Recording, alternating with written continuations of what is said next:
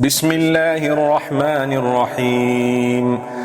يا أيها الذين آمنوا لا تتخذوا عدوي وعدوكم أولياء تلقون إليهم بالمودة وقد كفروا بما جاءكم من الحق يخرجون الرسول وإياكم أن تؤمنوا بالله ربكم إن كنتم خرجتم جهادا في سبيلي وابتغاء مرضاتي تسرون إليهم بالمودة وأنا أعلم بما أخفيتم وما أعلنتم ومن يفعله منكم فقد ضل سواء السبيل إن يثقفوكم يكونوا لكم أعداء ويبسطوا إليكم أيديهم وألسنتهم بالسوء وودوا لو تكفرون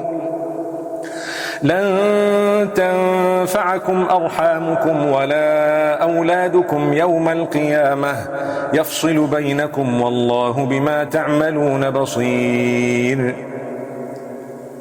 قد كانت لكم أسوة حسنة في إبراهيم والذين معه إذ قالوا لقومهم إنا براء منكم ومما تعبدون من دون الله كفرنا بكم وبدا بيننا وبينكم العداوة والبغضاء أبدا حتى تؤمنوا بالله وحده إلا قول إبراهيم لأبيه لأستغفرن لك وما أملك لك من الله من شيء ربنا عليك توكلنا وإليك أنبنا وإليك المصير ربنا لا تجعلنا فتنة للذين كفروا واغفر لنا ربنا إنك أنت العزيز الحكيم.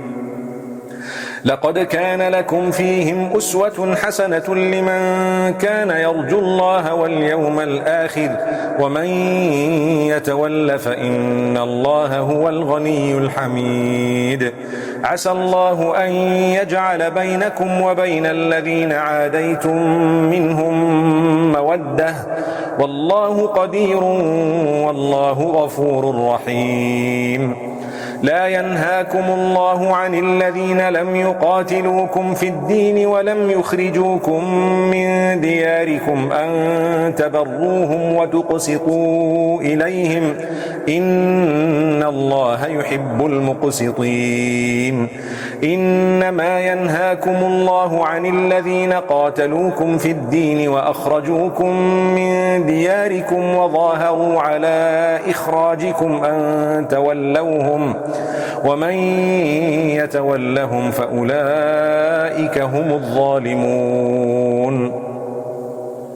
يا أيها الذين آمنوا إذا جاءكم المؤمنات مهاجرات فامتحنوهن الله أعلم بإيمانهن فإن علمتموهن مؤمنات فلا ترجعوهن إلى الكفار لا هن حل لهم ولا هم يحلون لهن وآتوهم ما أنفقوا ولا جناح عليكم أن تنكحوهن إذا آتيتموهن أجورهن ولا جناح عليكم أن تنكحوهن إذا آتيتموهن أجورهن ولا تمسكوا بعصم الكوافر واسألوا ما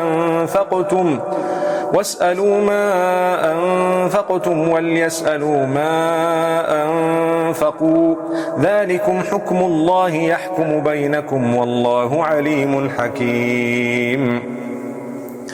وإن فاتكم شيء من أزواجكم إلى الكفار فعاقبتم فآتوا الذين ذهبت أزواجهم مثل ما أنفقوا واتقوا الله الذي أنتم به مؤمنون.